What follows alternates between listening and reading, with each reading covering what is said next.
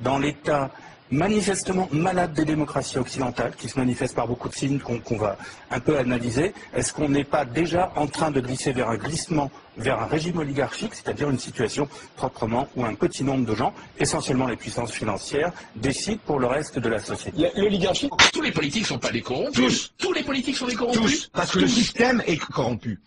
Non, non, non. L'opposition, la majorité, de toute façon, c'est des copains, des coquins, ça change de main, il y en a des bons, c'est vrai, il y en a des beaux, mais il y a surtout du bonnet, quoi. Il y en a du beau, du bon et du bonnet, quoi.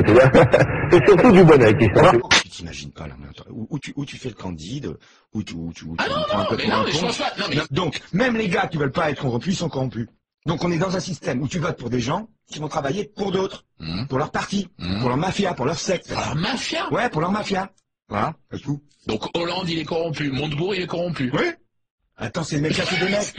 Mais va à l'Assemblée nationale, je te jure, là, tu me gonfles, va à l'Assemblée nationale. Tu vas voir qui est. Il n'y a aucun député à l'Assemblée nationale. Il n'y a que des lobbyistes qui sont là. Nos politologues ont tout à fait oublié qu'est le régime oligarchique, qui est le pouvoir d'un petit nombre, peu nombreux, oligos, qui discutent entre eux, qui délibèrent entre eux, qui éventuellement vont faire démocratie entre eux, et qu'une fois qu'ils sont arrivés à un accord, ils l'imposent au reste de la société.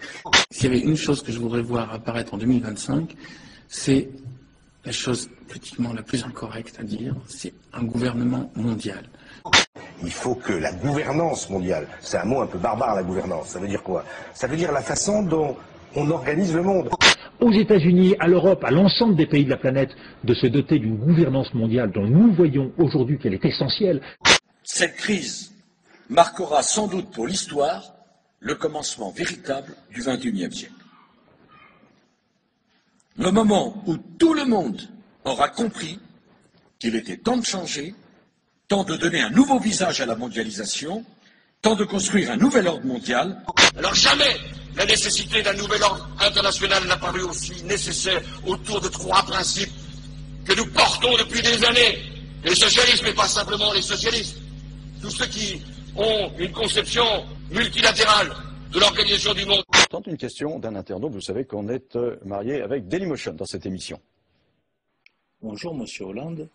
Alors j'ai écouté votre discours lors de l'université d'été du Parti socialiste. Vous avez parlé, enfin vous avez évoqué l'idée d'un nouvel ordre international pour le monde.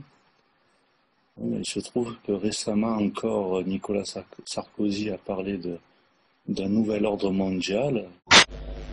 Au nom de la France, j'appelle tous les États à se réunir pour fonder le nouvel ordre mondial du XXIe siècle. Je crois que c'est un petit peu la même chose. Donc l'urgence de définir un nouvel ordre, c'est quoi? C'est pas un ordre au sens militaire, international. Mais en même temps, ne nions pas que nous avons besoin d'une gouvernance mondiale. Si on n'a pas aujourd'hui un gouvernement mondial, on ne peut pas parler sérieusement de démocratie. Or, nous n'avons pas... Donc elle a trouvé ses limites, la démocratie. Non, elle ne trouvera son accomplissement que lorsqu'elle sera une structure avec un gouvernement mondial, des gouvernements régionaux et des gouvernements locaux. Dans très longtemps, on ne le verra pas. Je n'en sais rien, mais le gouvernement mondial, il est là. Il suffit. Ouais. Simplement, pour ce qui concerne la gouvernance mondiale, ce sera du moyen terme, c'est-à-dire 4 à 5 ans. Pour entraîner le monde entier vers une nouvelle gouvernance mondiale. On a de mal avec cette planète où il y a presque 6 milliards d'habitants, encore un petit peu moins, d'imaginer qu'il y a un référendum mondial. Alors, beaucoup de gens pensent qu'une gouvernance mondiale, c'est toujours une sorte de conspiration de la finance cachée. Comme évidemment, il faut que si y a une gouvernance mondiale, elle soit vraiment démocratique. Et sinon, elle va exister de façon imposée, parce qu'elle existera, bien sûr. Il y en aura une, mais elle pourra être imposée. On ira ensemble vers ce nouvel ordre mondial. Et personne, je dis bien, personne ne pourra s'y opposer. Des sourires et des poignées de main qui en disent long. Hier soir à Londres, les dirigeants du G20 estiment avoir trouvé un accord historique. Un nouvel ordre mondial émerge et avec lui, nous entrons dans une nouvelle ère de coopération internationale. 1700 milliards d'euros libérés en 3h30 le 12 octobre à l'Élysée pour sauver les banques, alors qu'avec 31 milliards de dollars sur 5 ans, on pourrait éradiquer la faim.